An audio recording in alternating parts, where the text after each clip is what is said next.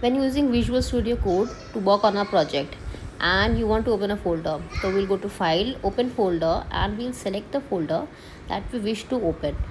Now if I want to again open another folder, another project into the same area, then you will see that the project has been replaced.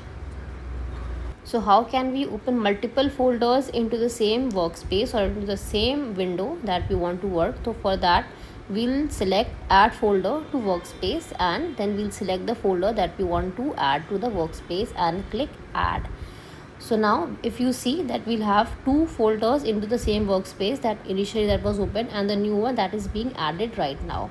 If you want to add more folders to the workspace, if you want to add more folders to the area, then again click add folder to workspace and then select the folder that you want, select the project and click add, and your project will be added in the same workspace. So if you are working on multiple projects at the same time, then this is a very good approach to see simultaneously all the projects at once instead of using a separate window for each of your project. And once you are done, you can save the workspace by the name of your choice and the location where you want. So in the future, if you want to reopen the same projects, you can open them and they will start, you can start from where you left off. Thank you.